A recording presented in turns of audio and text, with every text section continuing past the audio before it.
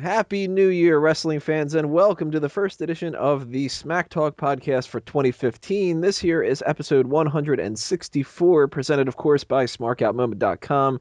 I am your master of ceremonies and the host of the panel, Tony Mango, joined on the mic by my stable of compatriots, including the host of the Monday Night Raw post show on Mega Powers Radio, Mike Payton.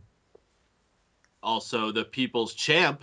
That's right. That's right, voted the best co-host of the year. By how many votes? I don't remember off the top of my head. Couple. More than Drew. That's all that matters.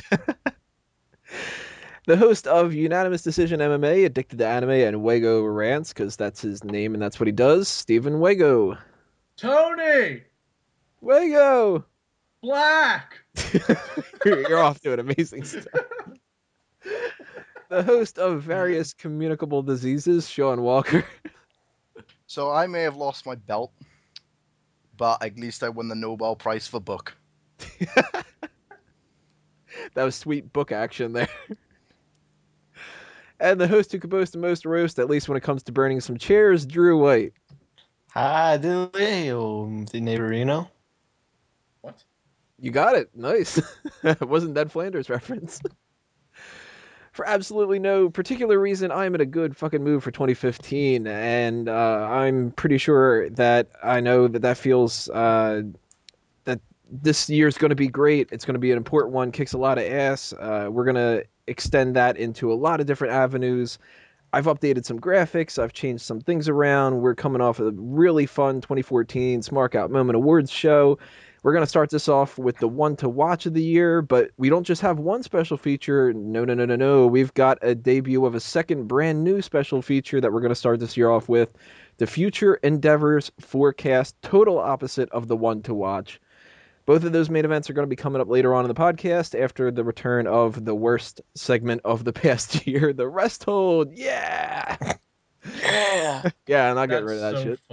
I'm gonna take a nap during that segment. Get a good rest. And we did get suggestions though that you guys should join in on the Rest Hold, so we might end up doing that instead of me doing it prepared ahead of time in the future. I don't know. We'll see what happens. The first episode, I did have to do that ahead of time, so that's just gonna be me and my good little elevator music in the background. But let's get the ball rolling with everybody's favorite way to kick off the show, the Ask Him.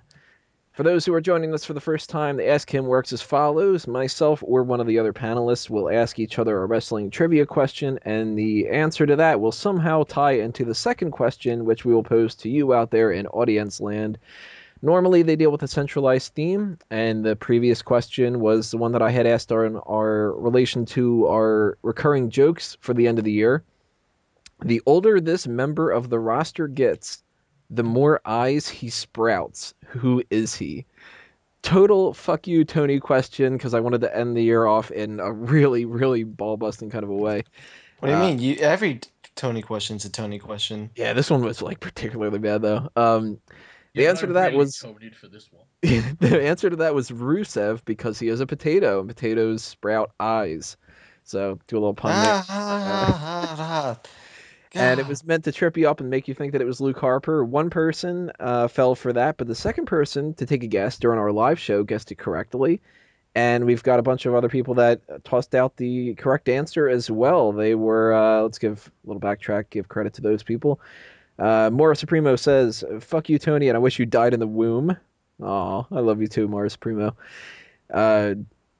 Drew, you answered this. I didn't even notice that. Rusev Potato is a potato. Rusev Potato, he is a mashed potato.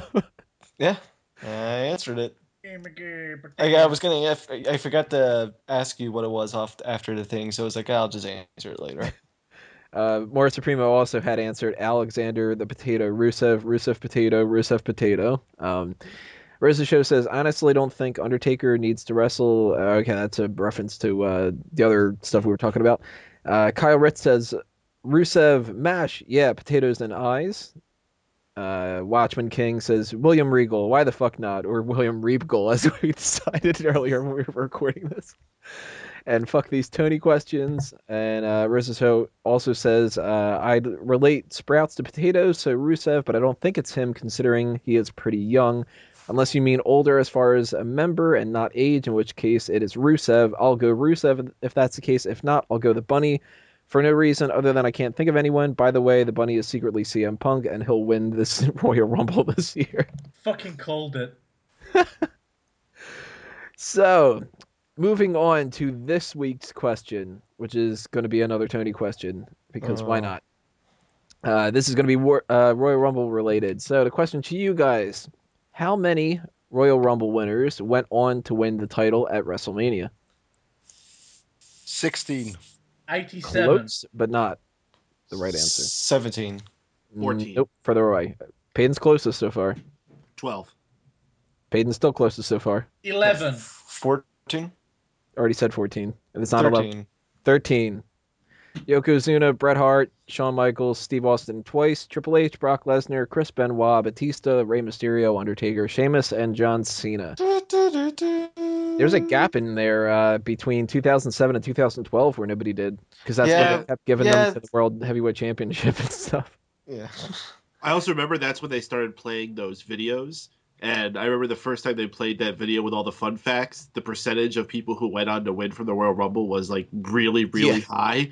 It was like 85% or something like that. It's like, holy crap, we got to get that down a little bit. Yeah, now it's like, I don't know, what, 30% or something like that? It's not that low, but it's dropped a lot. Yeah, because especially the couple of ones at the beginning of it where they didn't have a title shot, so they never, like, you know, Hogan won, 2. Well, I don't think they count those ones. I think the stats only they might just go with who actually got the title shot. That's right.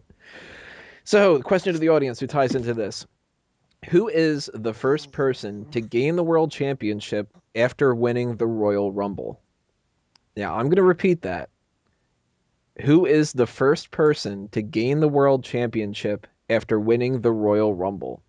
If you think you know an answer or you just want to take a guess, leave a comment below on YouTube or send a tweet at SmarkOutMoment with the hashtag AskHim if you're listening to this on iTunes or Stitcher. And on the next episode, we'll tell you who gets it right, who gets it wrong, what everybody else says as well. And we are going to roll along here in part 2 with the hot tags of the week. So stay tuned, everybody. Smack Talk's coming right back. Pulling a Michael Cole here. That was a total fuck you, Tony question.